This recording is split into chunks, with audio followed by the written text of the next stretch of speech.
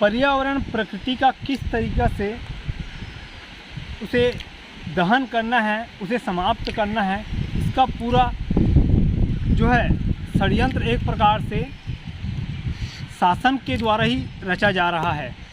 एक तरफ शासन के द्वारा ये कहा जाता है कि हमें पर्यावरण की रक्षा करना है, लेकिन कई मात्रा में वन विभाग के द्वारा और विभिन्न संस्थाओं के द्वारा वृक्ष लगाए जाते हैं पर्यावरण संरक्षण और संवर्धन के लिए, लेकिन ज़मीनी स्तर पर आप देखेंगे तो वह बिल्कुल ही ना के बराबर हमें दिखाई देता है। लेकिन जो वन अभी मौजूद हैं उस वन को बचाना हम सभी का कर्तव्य है। नमस्कार, मैं हूं नागेंद्र निषाद और इस वक्त आप जैसे कि मेरे पीछे देख पा रहे हैं, आपको लग रहा होगा कि मैं जो है हसदेव अरण्य में ही मौजूद हूं। नहीं, मैं अभी एक जंगल में मौजूद हूं और इस जंगल के माध्यम से अभी मुझे आकर इस जंगल में बहुत ही अच्छा सुकून मिल रहा है। कि प्रकृति वादी है, यहाँ पे आप देख सकते हैं कितने बड़े बड़े यहाँ पे पेड़ पौधे जो हैं जगे हुए हैं। और इसी तरीक़ा से छत्तीसगढ़ जो है पूरा जो है वन से आच्छादित है। और जो छत्तीसगढ़ का हृदय, छत्तीसगढ़ का जो फेफड़ा कहा जाता है, छत्तीसगढ़ का जो फेफड़ा कहा जाता है, उसे समाप्त करने के लिए छत्तीसगढ़ शासन द्वारा एक अडानी पावर को दे दिया गया है। और मैं आपको दिखाना चाहूँगा कि जो पेड़ हैं, जो विशालकाय वृक्ष हैं, उसका जो कीमत जो रखा गया है, आप देख सकते हैं ये इस तरीक़ा से कि इस टाइप का जो वृक्ष है उसे मात्र 150 रुपये में दिया गया है। तो आप समझ सकते हैं ये जो हमें पेड़ यहाँ पे मौजूद है, यहाँ पे इसी तरीक़ा से जो पेड़ है वो हसदेव अरण्य में भी मौजूद हैं। और इन पेड़ों का जो कीमत है उसे मात्र 150 रुपये में दिया गया है। तो आप समझ सकते हैं इन पेड़ों से हमें प्राणवायु हमें प्राप्त होता है, जिससे संपूर्ण पर्यावरण जो है शुद्ध रहता है और लोगों को भी स्वच्छ वायु मिलता है। और अगर मान लीजिए छत्तीसगढ़ के इन हरे भरे जंगलों को अगर काट दिया जाए तो छत्तीसगढ़ एक प्रकार से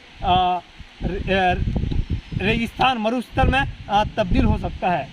और हसदेव अरण्य का जो पेड़ काटा जा रहा है, 4.5 लाख पेड़ जो काटा जा रहा है, वह केवल और केवल कोयला खनन के लिए। इसका और एक विकल्प भी निकल सकता है, अगर सरकार चाहे तो इस पर विचार करना चाहिए, चिंतन करना चाहिए, लेकिन ऐसा नहीं हो रहा है छत्तीसगढ़ में। केवल और केवल सत्ता में बैठे लोग और विपक्ष में बैठे लोग, ये दो लोग जो हैं कभी पर्यावरण के लिए आवाज़ नहीं उठाए हैं अभी तक। जबकि ये एक प्रकार से आम लोगों को सोचने की आवश्यकता है। अगर संपूर्ण पेड़ अगर कट जाते हैं तो क्या हमें नुकसान झेलना पड़ सकता है। आप जैसे कि पिछले 2-3 सालों में हमने देखा कि जिस तरीके से कोरोना महामारी के समय लोगों को ऑक्सीजन की कमी हो रही थी और ऑक्सीजन के लिए लोगों को दर दर भटकना पड़ रहा था। और ऑक्सीजन, हमें शुद्ध ऑक्सीजन कहाँ से मिलता है? इन्हीं पेड़ों से हमें प्राप्त होता है। तो बात यह है कि छत्तीसगढ़ को आप एक मानव रूप में देखें। ये जो पेड़ हरियाली आप देख रहे हैं, ये पेड़ हरियाली देख सकते हैं आप यहाँ पे। ये जो पेड़ हैं ये इस धरती का जो है एक प्रकार से कहा जाए तो वस्त्र है। उस वस्त्र को काटा जा रहा है और उस वस्त्र को काट कर इस धरती को नग्न किया जा रहा है। और जब धरती अगर नग्न हो जाए तो वहाँ पे का तापमान क्या रहेगा आप समझ सकते हैं। उसके बाद पेड़ों को काट के इस धरती से जो खनिज संपदा निकाली जाएगी, उसमें कई प्रकार के भौगोलिक जो तंत्र है वो खराब होने की संभावना है। तो दोस्तों, हसदेव में जिस तरीक़ा से असंवैधानिक तरीके से वहाँ पे कोयले का खनन अडानी पावर को दे दिया गया है और जिसे लेकर छत्तीसगढ़ में विभिन्न स्थानों पर इसका आंदोलन और अभियान तेज किया जा रहा है कि जो छत्तीसगढ़ का फेफड़ा कहा जाता है हसदेव अरण्य, उसे बचाने के लिए। लेकिन कहीं ना कहीं शासन, जो सत्ता में बैठे लोग हैं, उन्हें जो है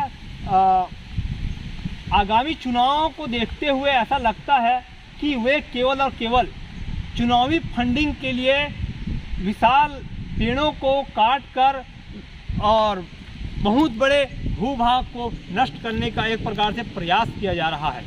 जंगल अगर कट जाएं तो क्या क्या नुकसान होंगे। सबसे पहली बात तो ये है कि जो जंगल के जो जीव जंतु हैं वे कहाँ रहेंगे, और वहाँ रहने वाले जो मूल निवासी आदिवासी हैं वो कहाँ रहेंगे। बड़ी बड़ी बात करते हैं शासन सत्ता में बैठे लोग कि हम उन्हें विस्थापित करेंगे, दूसरे जगह ले जाएंगे, उन्हें अच्छा शिक्षा देंगे, अच्छा घर देंगे, रहने की उनकी जीवन शैली अच्छा हो जाएगा। लेकिन मुझे नहीं लगता कि वो केवल वादों में ही रहेगा, वो ज़मीनी धरातल में बिल्कुल ही शून्य ही रहेगा। क्योंकि जो जंगल में रहने वाले मूल निवासी हैं उन्हें कभी ठीक से शायद ही उन्हें किसी योजना का या किसी चीज़ का उन्हें लाभ मिल रहा होगा। तो इस प्रकार से आप देख सकते हैं कि जंगल में जो रहने वाले जीव जंतु और जो साथ ही साथ जो हसदेव अरण्य हैं वो टाइगर रिजर्व क्षेत्र में आता है। साथ ही साथ हाथियों का एक प्रकार से हाथी संरक्षित क्षेत्र में भी वो आता है।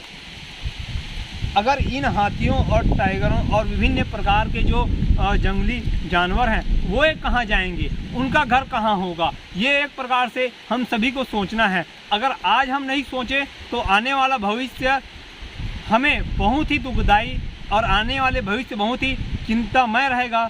और इसे अभी अगर नहीं सोचें तो आने वाला भविष्य बिल्कुल ही हम लोग के लिए बहुत ही खतरनाक साबित होगा। तो आप देख सकते हैं ये जो पेड़ हैं, ये पेड़ को लगने में कितने वर्ष लगे होंगे, लेकिन क्या सरकार जो है ऐसे पेड़ बनाने में उन्हें कई दशकों लग सकते हैं, लेकिन सरकार इन जैसे पेड़ों को काट कर अपना केवल मोटा रकम अपने जेब में डालने की कोशिश कर रही है।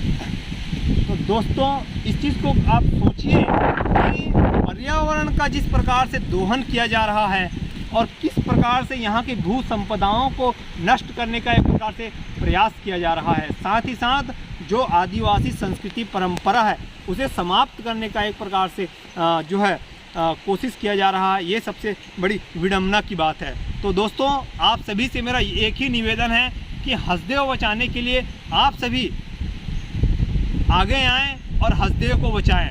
हसदेव है तो हम हैं तो इस हसदेव को, इस वनों को, इन वनों को हमें बचाने की अत्यंत आवश्यकता है, नहीं तो हमारा भविष्य भुगतने वाला है।